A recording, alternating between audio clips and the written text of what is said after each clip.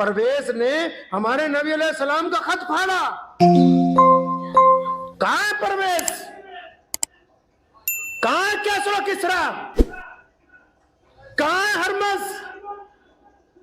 कहां है फराज के वो बड़े बड़े शहजादे जिन्होंने पूरी ताकत के साथ बैतुल मुकद्दस को घेरने की कोशिश की।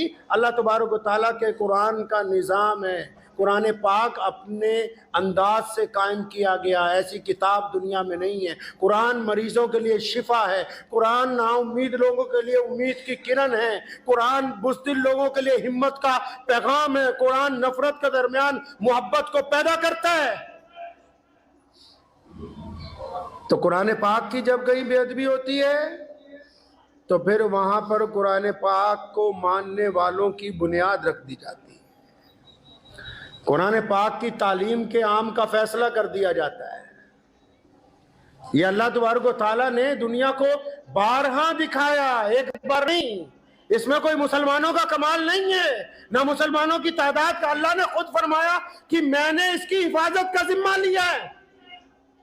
अल्लाह ने फरमाया कि मैंने कुरान की हिफाजत का जिम्मा खुद उठा रखा है, क़यामत तक अल्लाह की ये किताब कायम रहेगी, क़यामत तक। प्यारे नबी हज़रत मोहम्मद रसूलुल्लाह सल्लल्लाहु अलैहि वसल्लम को यह खूबसूरत किताब अता की गई है। कुरान पाक ने असलूब तय किए जिंदगी गुजारने के। हम रंग और रंग, नस्लो नस्ल के लोग हैं इस्लाम के अंदर। हरम के बेटों में मक्का मुकर्रमा से आप देख लीजिए, दुनिया की जिस मर्जी सिमत में निकल जाइए, कुरान पाक जो है किसी एक कौम का, एक रंग का, एक जुबान का, एक नस्ल का थोड़ी है। हमारे मुल्क में भी जिन लोगों ने नौजुबिल्लाह कुरान पाक पे एतराज किया कि इसमें आतंक की आयतें, जब कुरान पढ़ना आता ही नहीं, जिस दिन कुरान पढ़ोगे तो पता ये लगेगा कि आतंकवाद के खिलाफ जिन आयतों को तुमने ये कहा कि आतंक की है, दुनिया में आतंकवाद के खिलाफ पहली सर्जिकल स्ट्राइक, दुनिया में आतंकवाद के खिलाफ पहले हक और इंसाफ का अगर कोई ऐलान करता है तो अल्लाह तबारक व तआला का कुरान करता है। कुरान पाक ने जिंदगी गुजारने का कोई शोबा ही नहीं छोड़ा जिसमें इंसानों की रहनुमाई ना की हो। तो मुसलमानों का तो ईमान बढ़ जाता है।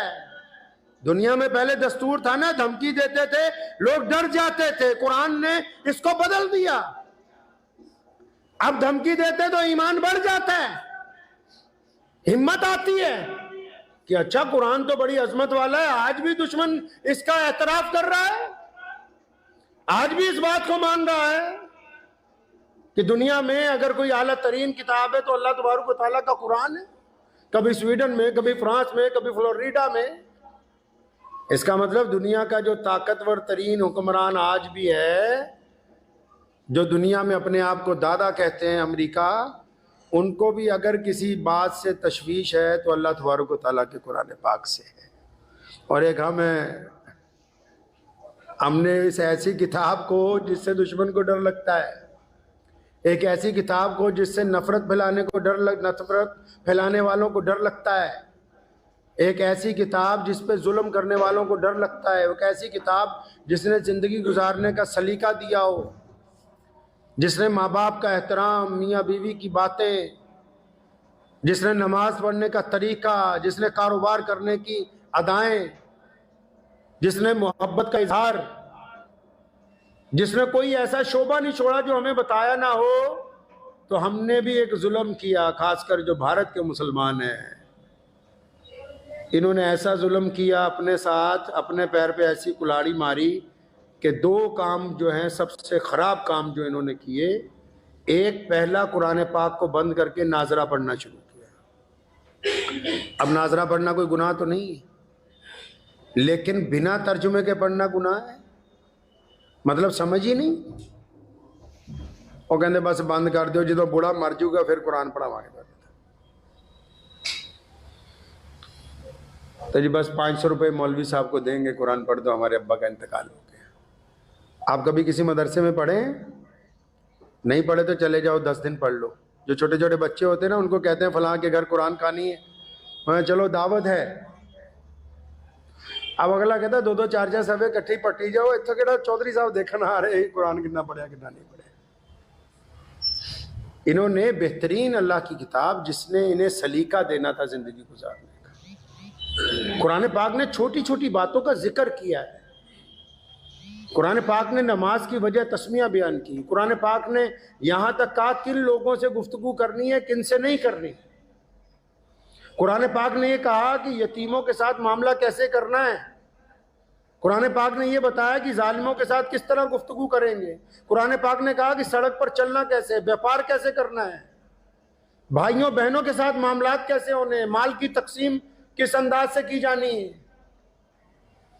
बीमार हो जाओ तो शिफा कैसे मिलेगी इस किताब में से,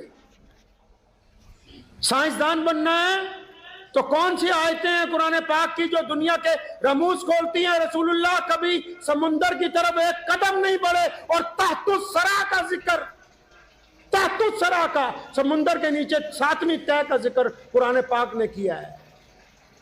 आसमानों के रमूज खोल के रखे, इंसान के जिस्म के रगो पे के रमूज खोल के रखे। और इन्होंने, भारत के मुसलमानों ने इस किताब को बंद किया। कहते हैं नाजरा पढ़ा दे, जब अब्बा जी का इंतकाल हो जाएगा तो बख्शवा देना बस।